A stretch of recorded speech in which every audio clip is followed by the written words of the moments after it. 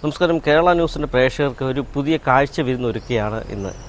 നമ്മൾ വെൺമണി ആണ് നിൽക്കുന്നത്. വെൺമണിയിലെ ഒരു കൂട്ടം കൊച്ചു കുരുന്ന് കലാകാരന്മാരുടെ ഒരു വിശേഷതയാണ് നമ്മൾ പരിചയപ്പെടുത്തുന്നത്.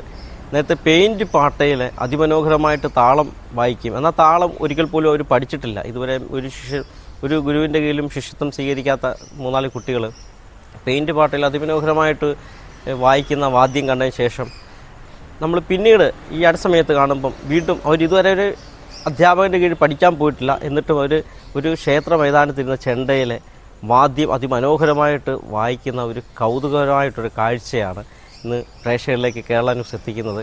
അപ്പം നമുക്ക് ആ ഒരു കാഴ്ച വരുന്ന കണ്ടിട്ട് വരാം ഇന്ന്.